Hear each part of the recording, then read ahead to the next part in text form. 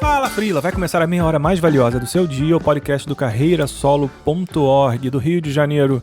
Olhando em volta e entendendo o que fizeram do meu home office, Mauro Amaral. De São Paulo, Carolina Vinha.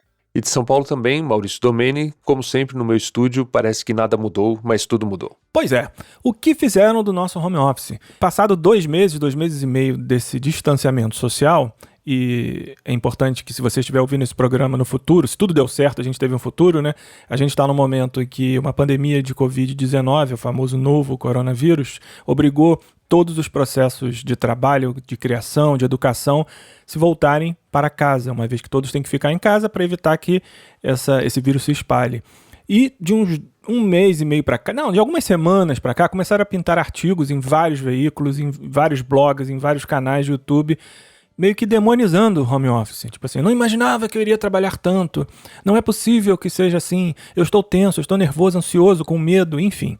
E aí a gente falou, peraí, vamos parar aqui nossa linha de produção dos nossos programas, das gravações, porque tem um assunto sendo encarado de outra forma da qual a gente encarou no início da nossa carreira. E aí a gente reuniu aqui o time para entender o que fizeram afinal do home office. E eu acho que a melhor maneira da gente começar isso é entendendo como cada um optou ou começou a trabalhar dessa forma, porque essa é a grande diferença no cenário, né?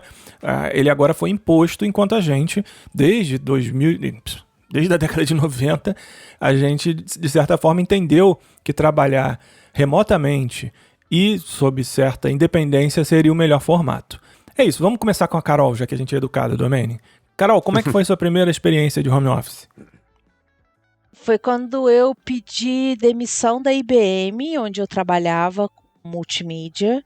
Isso foi em 92 e eu decidi, então, voltar para o mercado editorial, de onde eu tinha originalmente saído. E aí eu abri uma microempresa. Na época não existia essa coisa de pequeno empreendedor, de empreendedor individual e tal. Abri uma microempresa na minha casa e eu comecei então a trabalhar com isso. Aí, segui daí, depois eu voltei para o escritório. A minha vida não é muito linear, viu, gente? Aí eu voltei para o escritório, montei o escritório quando eu precisei crescer um pouco mais e tal. E aí eu engravidei, isso eu já estou pulando assim alguns anos, né? Meu filho nasceu em 2001. Aí eu engravidei e fiz todo aquele cenário de que eu quero estar com meu filho e tal, não sei o que. Eu desmontei o escritório e voltei para casa. E eu só voltei a sair de casa novamente em 2017, quando eu comecei a lecionar. Comigo foi algo parecido também. Tive várias fases, né, no sentido de parecido. Em 96, 97, eu já estava no mercado de trabalho como redator, mas sempre fiz freelas. Então, o home office era um espaço após o expediente no qual eu fazia pequenos freelas, assim, de pequenas campanhas, folheteria, na época que se fazia, né, muito, né? Quem começava a fazer muito.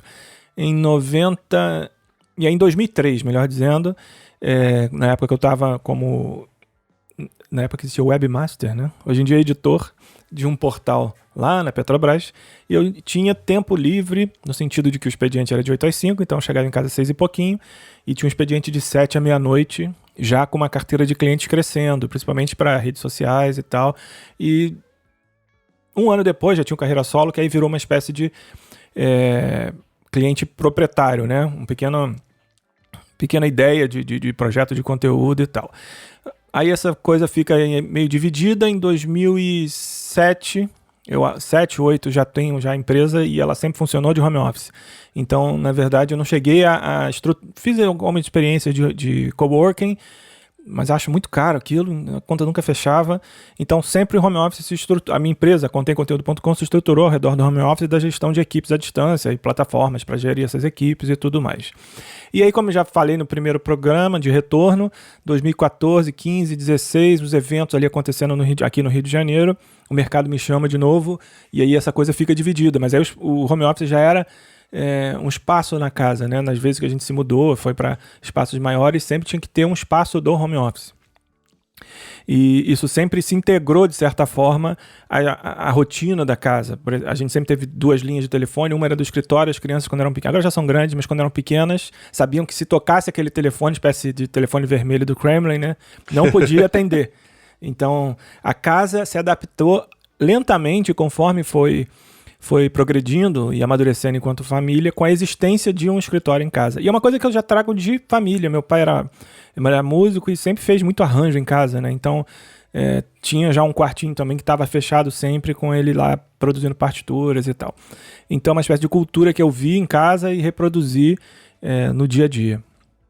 E você também? Engraçado, você comentou agora sobre o seu pai e hoje de manhã, pensando nisso, eu lembrei do seu pai, né? E pensando nisso, músico é uma profissão que sempre teve uma parte ou uma grande parte da sua atividade em casa. Ou dando aula, às vezes, num quartinho, ou fazendo arranjos. Então, assim, muitas vezes me vê o piano da sala, eu com papéis lá, partitura, escrevendo, pensando, criando arranjos ou criando músicas no meio da casa, né? Então, assim, eu acho que muita atividade artística acaba já não é por definição, já por... Enfim, muita atividade artística já acaba usando a casa como espaço de trabalho, né? Eu lá no meio da década de 90 foi quando eu parei de trabalhar com outros estúdios e abri o meu pequeno estúdio em casa. E ali sim virou, então, home studio ou home office. E com as crianças pequenas era engraçado. A Cris, agora no café da manhã, estava lembrando que em algumas vezes que eu estava em gravação e era num apartamento pequeno, num quartinho dentro do apartamento, e ela falava para as crianças: agora é hora de brincar de silêncio, porque eu estava gravando e não dava para a criançada ficar correndo e gritando pelo apartamento que iria atrapalhar o papai. Muito bom. E assim, e aí, como da mesma forma que você, daí em diante a casa foi se transformando, foi precisando abrir espaço para que eu tivesse um espaço próprio para isso, até que a gente foi para uma outra casa. Quando procuramos outra casa tinha que ter uma edícula, um ambiente separado. Então assim, é um home studio, mas ele é bem separado de casa.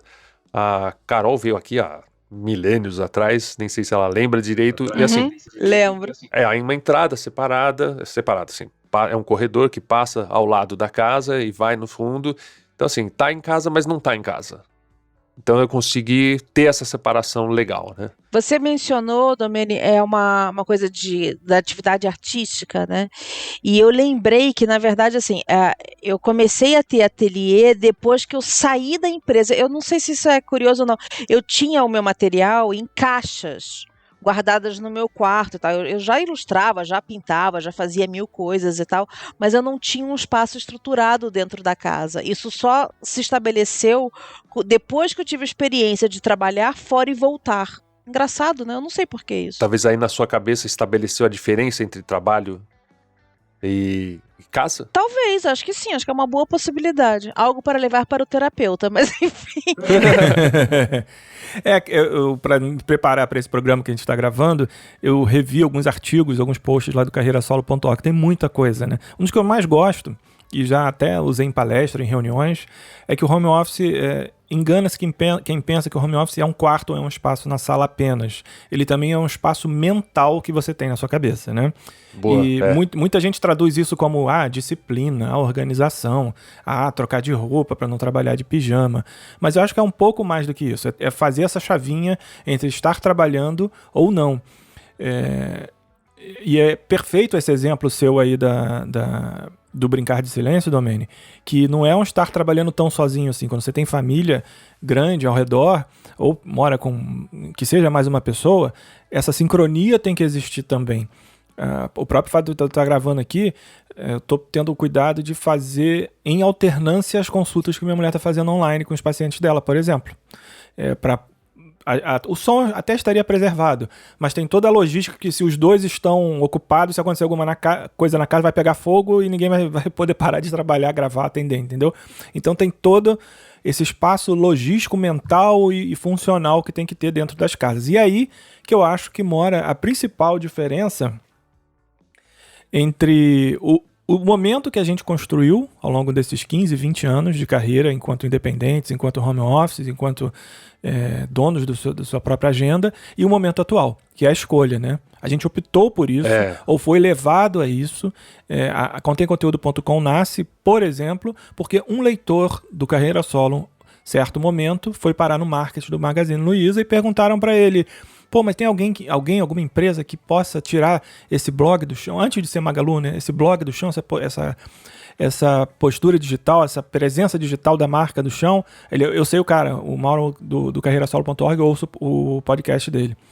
Enfim, a gente optou por isso e construiu uma história com isso. Tem pessoas que tiveram histórias interrompidas e foram jogadas dentro de casa com o notebook da empresa. Eu acho que essa é a principal diferença, e daí que a gente vira essa chave e começa a entender como as pessoas estão reagindo, né? Que mudança foi essa? Que eu acho que é quando a gente começa a ler esses artigos que chamaram a nossa atenção durante a semana.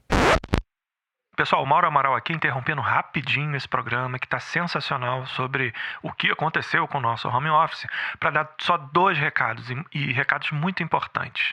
O primeiro é que o feed do Fala Frila é o meu feed mais antigo, são quase 200 programas no ar, e ele é o meu feed central da minha produção enquanto showrunner, enquanto produtor de podcast. E em função disso, aonde quer que você esteja ouvindo ele, qual o agregador de sua preferência, ele vai continuar a receber programas variados. Então nesse feed, além do Fala Frila, toda segunda-feira vai ter o mauroamaral.com também. E estou estudando o retorno do A Voz da Marca, o podcast da contemconteúdo.com, que produz toda essa brincadeira aqui, tá? Então, só para vocês não assustarem, vai ter o Fala Frila toda segunda, o mauroamaral.com, de vez em quando, prioritariamente toda segunda também, e o A Voz da Marca, que eu estou querendo fazer sexta-feira como um podcast sobre notícias do universo do conteúdo digital. Seus desafios, não só no momento atual de pandemia, como nos outros que vão vir, se Deus quiser, pela frente, tá bom?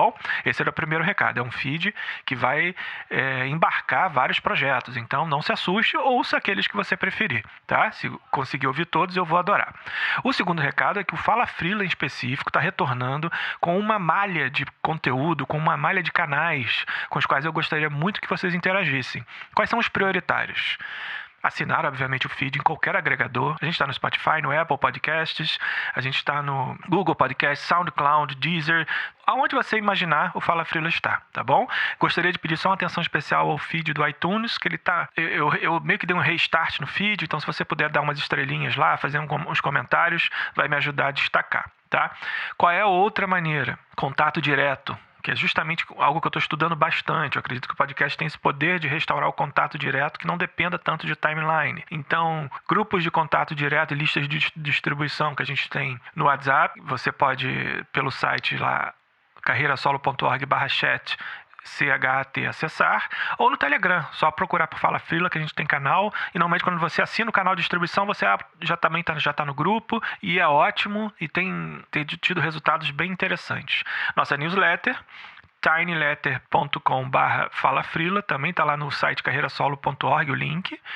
E redes sociais, estou priorizando o Instagram em @falafrila, mas qualquer @falafrila que você procurar aí, Twitter, todas as redes a gente está. Tá bom? Então era esse recado rapidinho, para você ficar de olho no feed principal do Fala Frila, que vai ter outros projetos para você consumir, e especificamente sobre o projeto do Fala Frila, seguir a gente nos canais aí de sua preferência, tá bom? Agora vamos voltar lá pro programa, que a discussão tá riquíssima e a gente destrinchou esse momento especial que o home office está passando.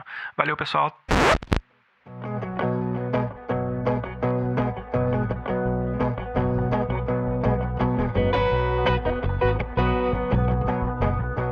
Uma coisa é a escolha e a outra é você ter sido obrigado e sem a preparação, né? Ou seja, não teve nem a preparação de material, equipamento, de espaço e não teve a preparação mental, né?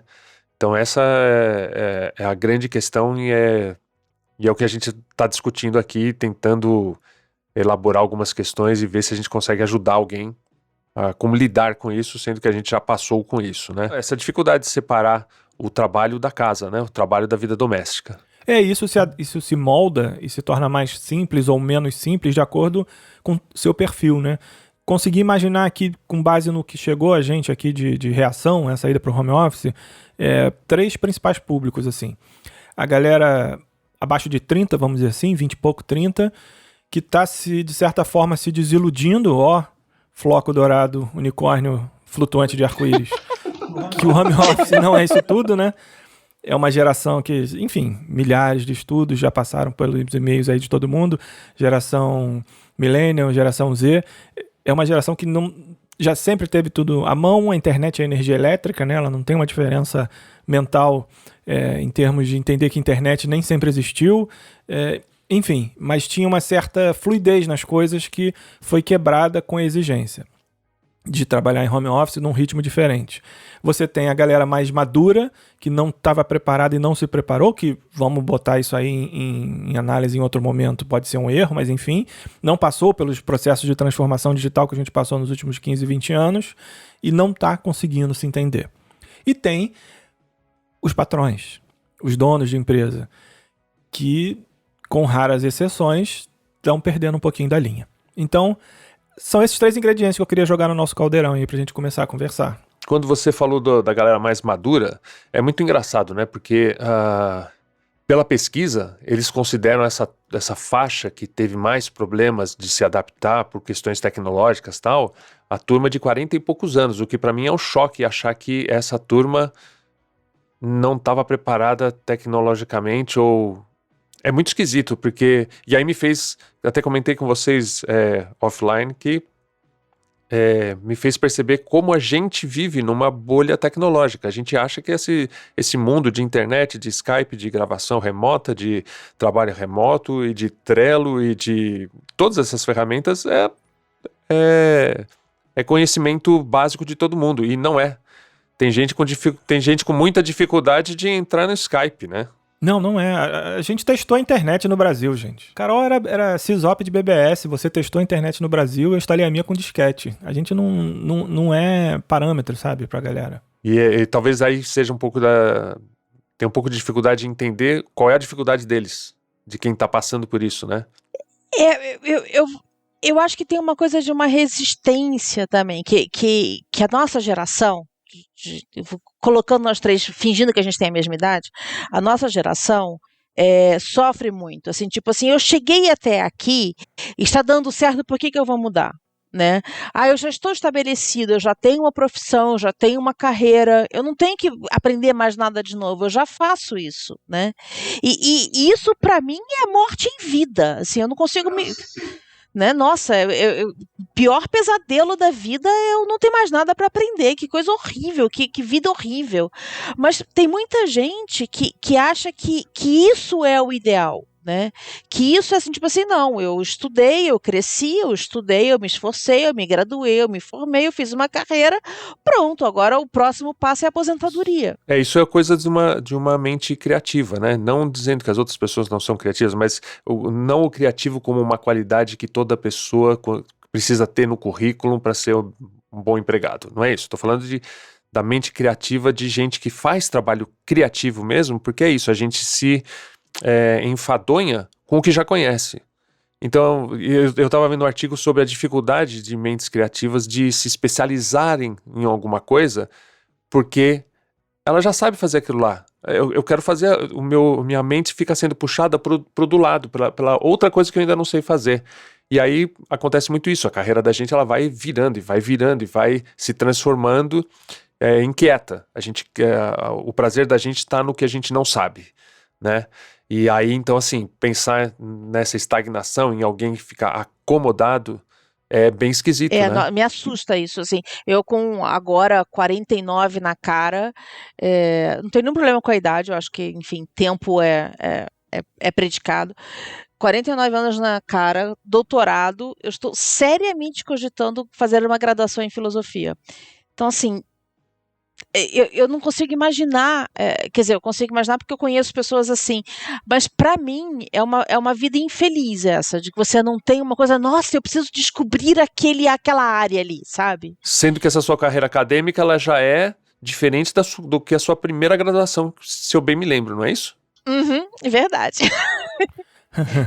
Então, mas é justamente esse diferencial entre posturas de como encarar a sua jornada de vida, de formação e de carreira, que está tornando o home office esse local tão odiado, entre aspas, porque está chegando esse pessoal que não tem essa predisposição, né?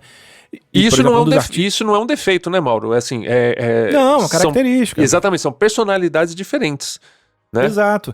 Por exemplo, o artigo do El País, que a gente leu, inclusive, para se preparar para esse programa, deixa claro o porquê da tensão, e aí quando a gente falou muito de mindset, né, de como encarar a vida e a maneira de estar sempre aprendendo, e como isso se desdobra em momentos de tensão nessas calls que a gente está fazendo o tempo inteiro. Porque você elimina o gestual, elimina a comunicação não verbal, e para algumas pessoas gerenciar isso está sendo muito cansativo. E de fato eu também já teve dia de fazer 5 calls aqui e você fica exaurido porque você não está interagindo com a pessoa, não tem direito ao silêncio, né?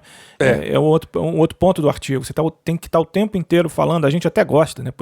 Até por isso está aqui fazendo um programa em áudio há tantos anos, mas para algumas pessoas o ficar em silêncio, observar uma sala de reunião, fazer ali aquelas conexões entre tensões que estão acontecendo, também faz parte do trabalho e de fato faz. E isso está sendo cortado e algumas pessoas não estão sabendo gerenciar isso. E essa falta presencial, para mim, ela é muito clara, porque, por exemplo, a gente grava, para quem não sabe, a gente grava esse programa via Skype, mas só áudio, a gente não está se vendo, as câmeras estão desligadas. E eu, durante grande parte da gravação, eu preciso ficar de olhos fechados para me concentrar, porque senão é muito fácil eu ficar me distraindo com o que está à minha volta e é horrível, né? A gente está gravando um programa, né? Mas assim, certamente se a gente estivesse sentado numa mesa, eu não teria esse problema da minha mente estar querendo olhar para o lado. Né? Sim, então, você assim, requer um esforço a mais, né? Exato. E esse cenário que profissões absolutamente diferentes estão encontrando, né? Fiz aqui uma pesquisa exploratória muito rápida na base de pacientes da minha esposa, aqui no café da manhã, antes da gente apertar o REC para gravar, e eu perguntei, como é que a galera está encarando o home office? Ela falou, o pessoal está pirando, porque, principalmente, ainda tem essa a gente luta contra isso, mas ainda tem essa característica, né? Principalmente mulheres que têm que ver filho, casa, e ao mesmo tempo fazer 5 reuniões, e às vezes tem que fazer aula online também, você está fazendo um curso de uma especialização pela empresa, e tudo isso ao mesmo tempo. E tem ainda um outro detalhe, uma outra camada, que esses artigos aqui até passaram ao largo, mas é importante a gente sinalizar, é que não foi só o Office que foi para o home, né? Você tem também o homeschooling, os pais estão encontrando dificuldades imensas para poder, e também a gente conversou isso no programa passado, né? As instituições também não estão tão preparadas assim para o EAD e para suporte online de cursos, compraram soluções prontas, enfim. Diversas outras atividades são feitas sobre a intermediação de videoconferências e tudo convergindo para plantas, para espaços de moradia cada vez menores. Ainda tem isso também, não me ocorreu agora isso. Tem apartamento em São Paulo com 20 metros quadrados sendo vendido, 28 metros quadrados, enfim. Imagina que loucura tá isso na cabeça da pessoa, ela conseguir coordenar isso. E aí a gente está pegando uma situação e tomando o home office como aquele que está agregando toda essa tensão, né? E é normal que, claro, o pessoal comece a reclamar. É que assim, isso é um problema muito antigo, né? Ele é muito anterior ao home office, internet, ou seja lá o que for, né? Que assim, a famosa dupla jornada de trabalho, né? Assim, a mulher chega em casa e ainda é esperado dela, depois de, sei lá, um expediente inteiro, entendeu? Ver se filho isso, se marido aquilo, se a casa não sei o quê. Quer dizer, isso é um problema muito antigo, que obviamente na hora em que você coloca tudo num espaço só, vai se agravar, né? Mas é um agravamento, não é a origem da questão. Né, assim, isso sempre foi esperado da mulher, isso ainda é esperado da mulher, né? Então é complicado. Uma das grandes bandeiras do feminismo, ou pelo menos, enfim, eu já não sei mais em que geração a gente está de feminismo, já perdi a conta, mas enfim, da geração em que eu fui criada, né, é essa coisa de um meio expediente para ambos. Porque se você tem uma divisão de horário de trabalho, tanto para o homem quanto para a mulher, assim, você consegue ter, então, um equilíbrio maior dentro de casa. Ou, pelo menos, espera-se que, né? Então, infelizmente, isso é um problema muito antigo. Isso só foi agravado pelo home office. Bom, mas aí tem voltando, tem uma questão, outra coisa antiga que o Brasil carrega, que é a visão patronal de todo tipo de relação, né? Tem um outro artigo que a gente leu aqui para a preparação que registra a indignação de uma empregadora falando assim, tá reclamando do home office, que tá trabalhando demais, é para exigir muito, eu vou exigir muito mesmo. Quem não tiver do meu lado, trabalhando 18 horas por dia, tratando de se reinventar, vai estar fora. Enfim, um tipo de comentário desse na insegurança com o futuro que a gente está é temerário, né? Mas essa cabeça eu insisto em pensar que talvez esteja presente em diversos donos de empresa maiores, né, e tal. E é uma coisa a se preocupar. Aquilo que a gente já tem comentado já há uns 2 programas, né? A ideia de ser dono do tempo ou de compartilhar a cocriação de uma missão, de uma tarefa, de uma meta. Essa chave para muitos ainda não virou, ainda continuam sendo dono do tempo. Eu acho que tem, como tudo na vida, tem várias uma graduação grande aí, né? Quer dizer assim, você tem desde o empregador que tem essa vivência, então esse é o ideal, né? Vamos colocar esse como nota 10, até o cara que faz um comentário desses, né? De que, se não trabalhar 24 horas por dia tá contra mim, né? Mas existem coisas no meio, como, por exemplo, o sujeito que, na verdade, não sabe aferir, né? Ele se sente inseguro, até, eu acho que dá para fazer essa afirmação, no sentido de que, como é que eu vou saber que o salário que eu estou pagando é para o trabalho que eu estou recebendo, né? Então, assim, como que eu vou conseguir aferir se o cara está trabalhando ou não, se ele não está presencialmente no local de trabalho? Então, assim, acho que tem uma coisa de uma insegurança, de ignorância mesmo, de não saber entender, de perceber que não, peraí, se no final do dia ele me entregou o que ele tinha que entregar, ele cumpriu o que eu estou trabalhando para ele, que é aquilo que a gente vem falando já há muito tempo, que acho que quem levantou a primeira leva, inclusive, foi o Domene, da questão de missão, que você acabou de falar agora, né, da missão de tempo e tal, mas existem gradações aí, eu acho isso importante, porque não dá para botar todo mundo no mesmo saco, entendeu? Assim, você tem o cara que às vezes está pecando por uma inocência, entre aspas, porque ele não consegue, ele não sabe como aferir, né? E o cara que sabe, que enfim, que é mais que vamos voltar a senzala mesmo. Então, assim, tem meios, tem cinzas aí.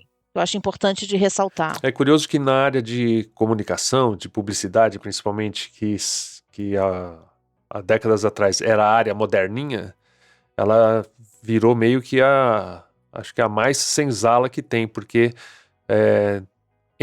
em trabalho presencial já estava havendo um abuso absurdo de todo mundo trabalhando até 10 da noite, de sábado e de domingo algumas vezes, e agora piorou, tem relato de amigos que trabalham em agências que tá uma absoluta loucura, chefe mandando e-mail, ligando sábado às 11 da noite, não é nem mandando e-mail, trabalhando de sábado e domingo das 7 às 11, qualquer coisa assim, não stop.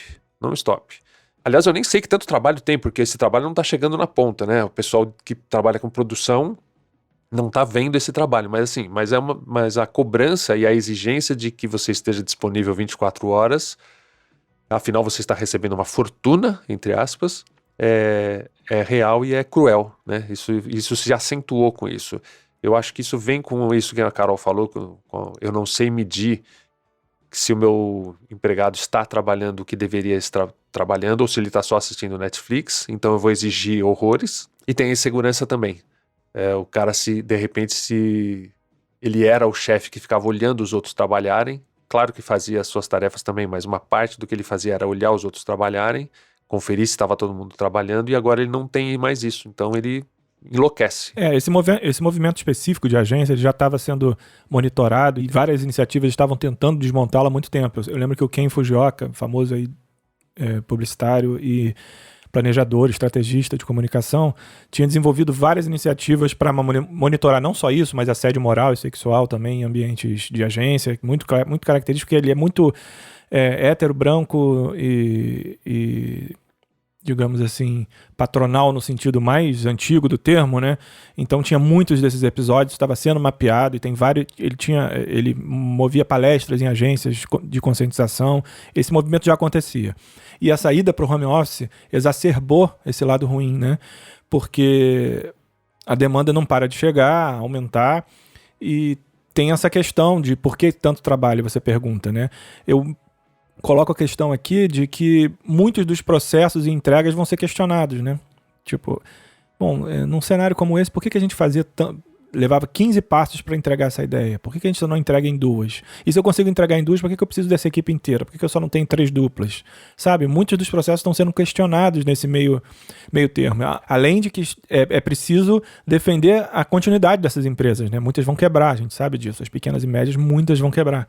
Então tem esse momento de tensão no ar e tudo está sendo avaliado e, de novo, essa não visibilidade do funcionário, como você bem disse, ali através da sala de vidro, o cara vendo ele trabalhar, gera essa tensão, gera essa exigência exacerbada, eu acredito. Vendo ele trabalhar, não. Via que ele estava sentado no posto de trabalho. Sim. A gente sabe que o cara que fica 12, 14 horas no escritório, ele não está trabalhando 12, 14 horas. Ninguém consegue trabalhar 12, 14 horas, né? Tem aquela máxima, é do Peter Drucker, eu não lembro quem que de administração, super antiga, que o trabalho tende a crescer até ocupar o seu tempo inteiro. E aí, quando ocupa o seu tempo inteiro, você precisa de um assistente, e aí contrata um assistente que não tem nada para fazer, ou tem muito pouco para fazer, e você vai arrumar um monte de coisa para ele fazer até que o tempo inteiro dele seja tomado, e aí é uma coisa exponencial e vai crescendo, até que uma hora você tem um escritório com 100 pessoas que poderia, na verdade, estar sendo realizado o trabalho por 10, 20 pessoas. Né? Sim, tem vários anti-cases de relatórios, eu não me lembro, esse é famoso, existia um cara que fazia um relatório, tá no livro Market 4.0 do Kotler, que eu estudei até para um desses concursos de mestrado aí que eu prestei, um processo seletivo de mestrado que eu prestei. O cara foi mapear um processo e descobriu que alguém fazia um relatório que tinha um único destinatário que não trabalhava na empresa há 10 anos. Então existia uma pessoa que produzia um relatório que durante anos não era lido. Esse tipo de coisa que esse movimento de todo mundo para dentro de casa, essa simplificação necessária, eu lembro sempre da pirâmide de Maslow, né? A gente está lutando ali para sobreviver, para comer, dormir e se manter vivo. Todo o resto soa desnecessário. Todo movimento de marca com esses discursos bacaninhas, você como produção, Domene, deve ter recebido pedido de trilha para filmes emocionais de marcas que vão doar máscaras e tal. Tem hora que soa até alienígena, concordam? Porque a coisa é muito mais basal do que essa firula que a gente está acostumado a entregar. O que está acontecendo é que o trabalho tende a se expandir até preencher todo o tempo disponível. Só que esse tempo ele estava confinado àquelas horas no escritório. Agora ele virou 24 horas. Então é isso que está acontecendo. O trabalho está se expandindo até preencher todo o espaço que você tem. E tem ainda o terceiro público, né, que você comentou no início do programa, que são os jovens. Estão se desiludindo agora com home office e tal.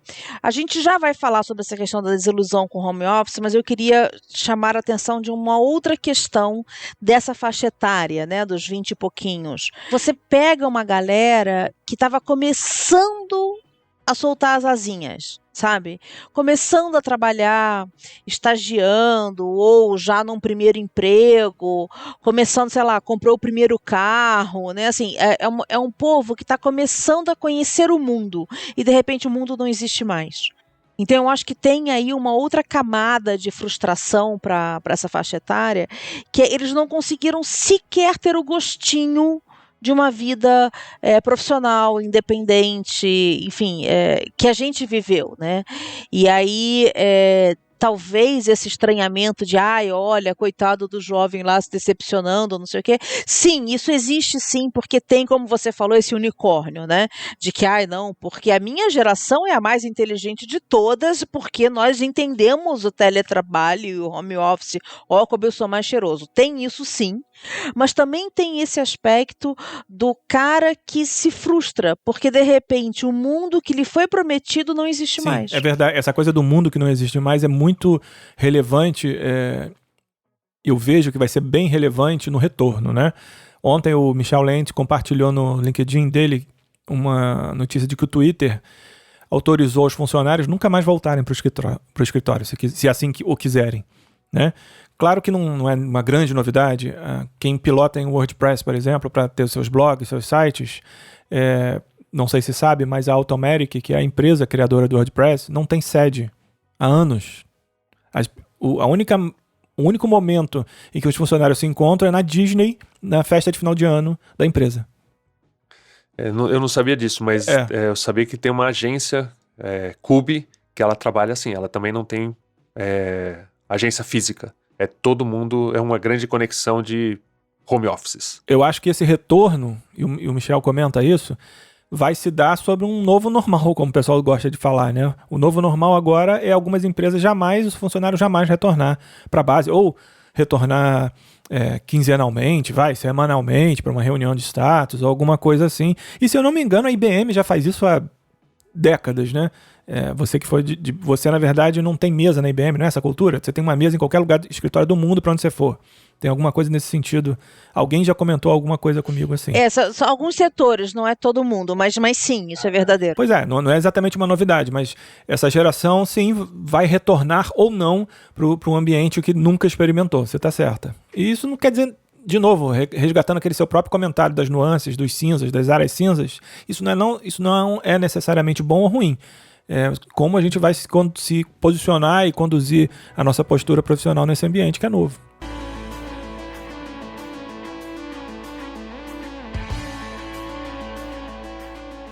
Mas dessa vez a gente pensou um negócio diferente. O Domene postou, né, na rede dele, aqui no Face, uma questão, uma pesquisa, né, no público aqui, e deu uma bombada bacana, teve vários comentários. Você perguntou aqui, para quem estivesse trabalhando em home office, quais eram as dificuldades que eles estavam enfrentando. E a gente selecionou alguns para debater aqui. Bom, vou começar pelos mais engraçados. O meu amigo Tchê disse: a maior dificuldade é não poder ligar para a esposa e dizer que vai chegar tarde e parar no bar antes.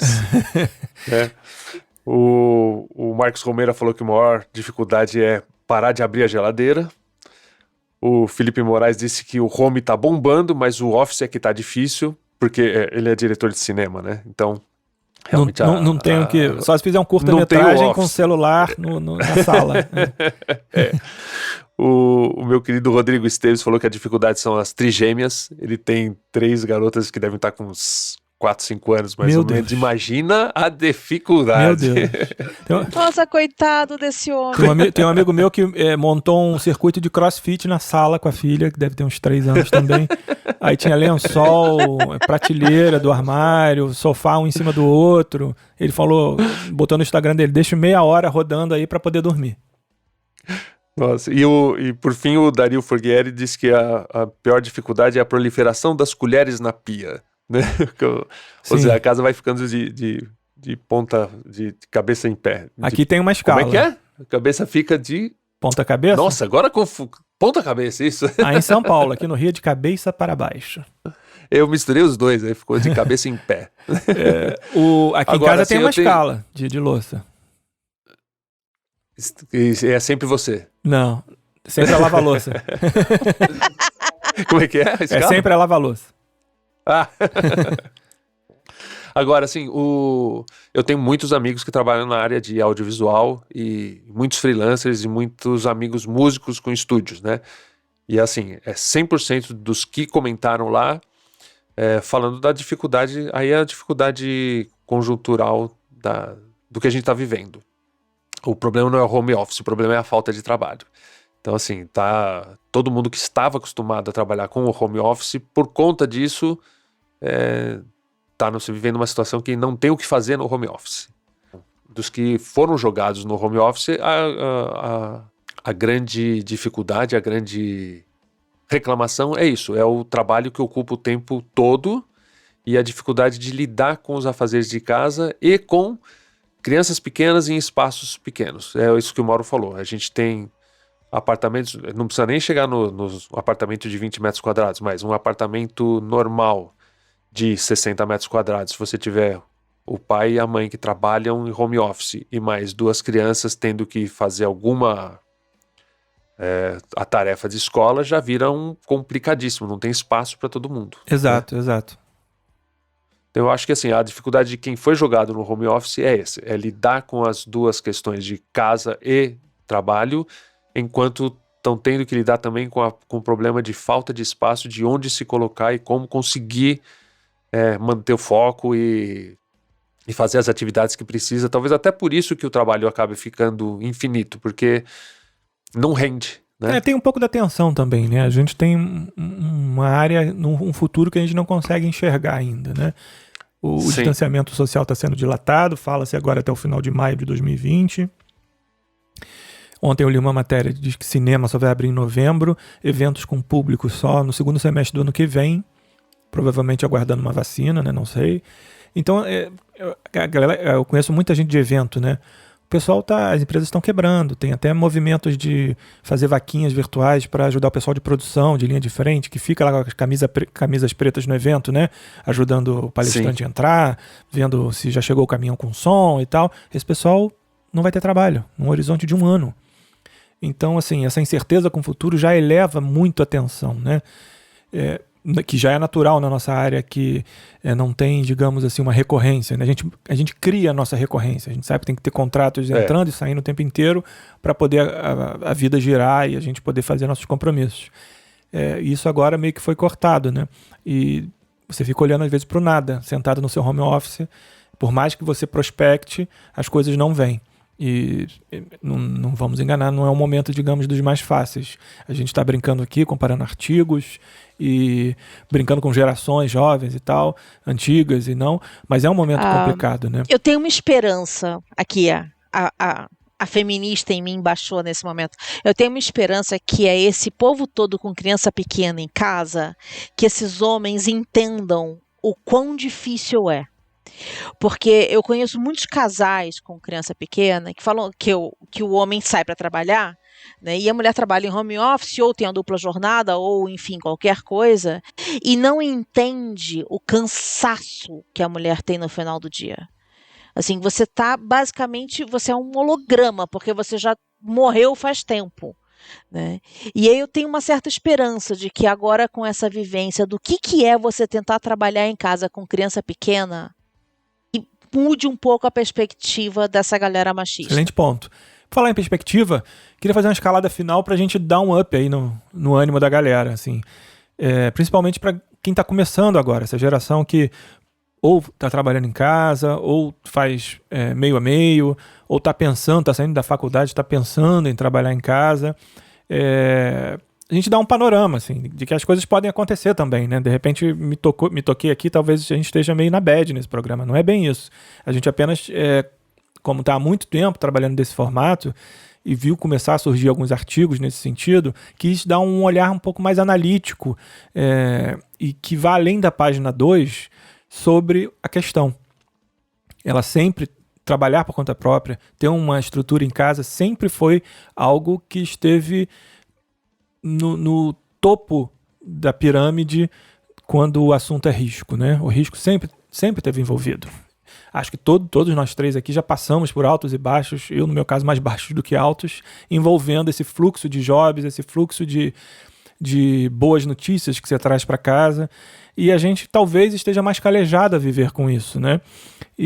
Mas ainda assim existem possibilidades que vão se abrir mais na frente, não é isso? Queria deixar aí uma mensagem pra galera não ficar tão desesperada assim também, né? Pra mim, o home office sempre foi uma maravilha.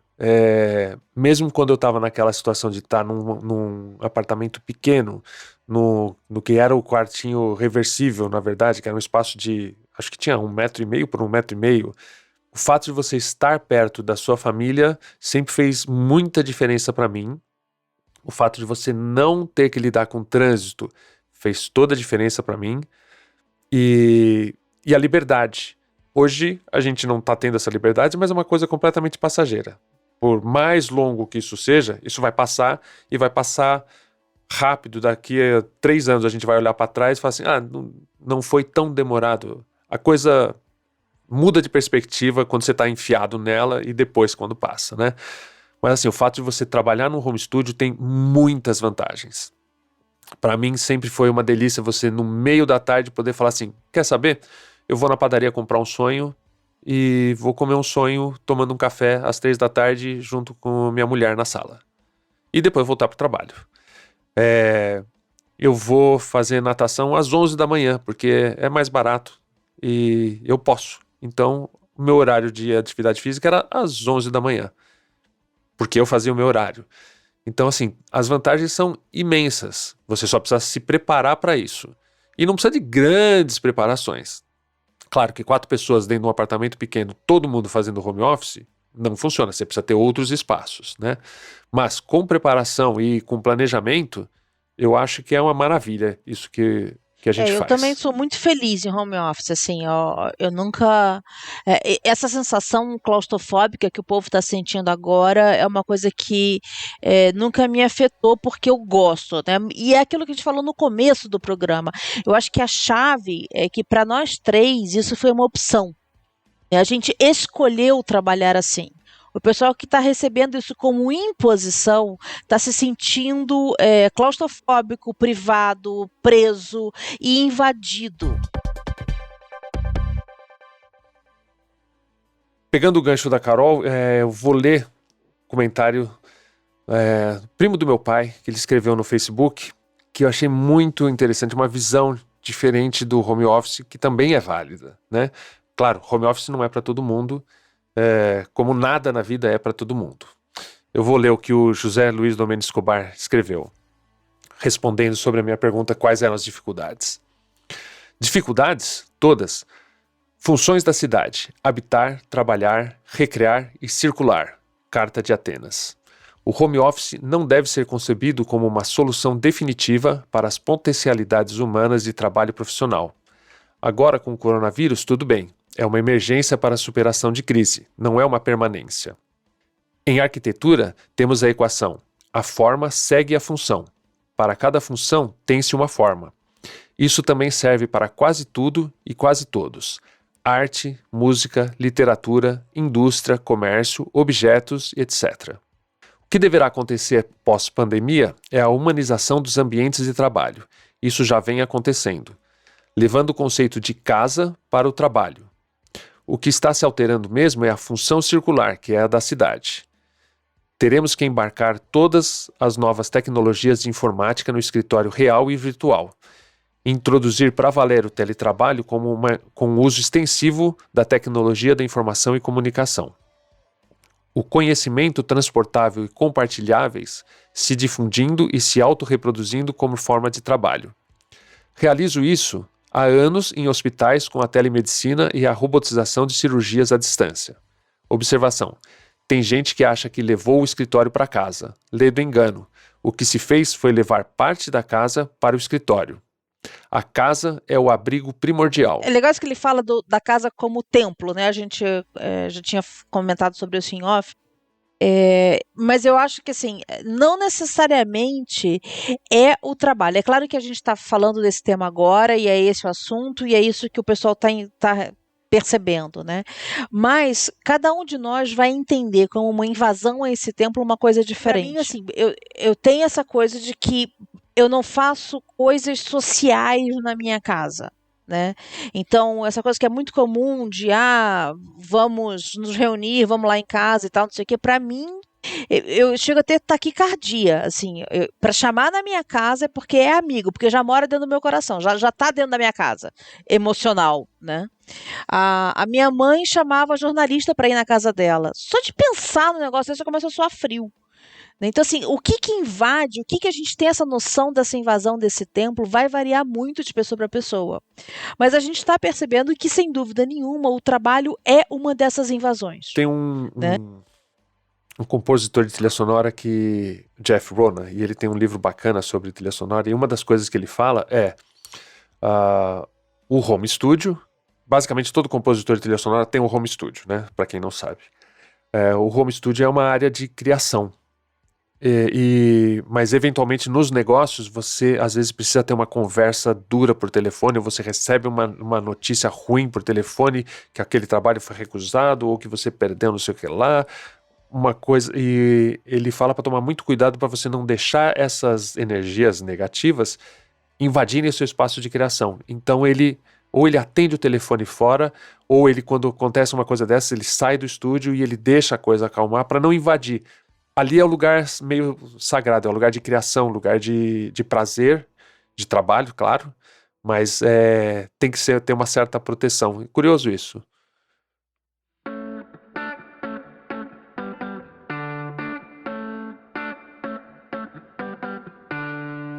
Eu acho que uma grande conclusão, pessoal, é que não existe a fórmula perfeita como tudo na vida, né? A gente está usando o home office como um espaço em que tudo convergiu para ele, inclusive as tensões do momento, mas isso é passageiro e com a adequação de cada mente e de cada maneira de existir e de estar no mundo, a gente acha que vai encontrar a fórmula perfeita aí para cada um. Eu acho que isso é importante, né?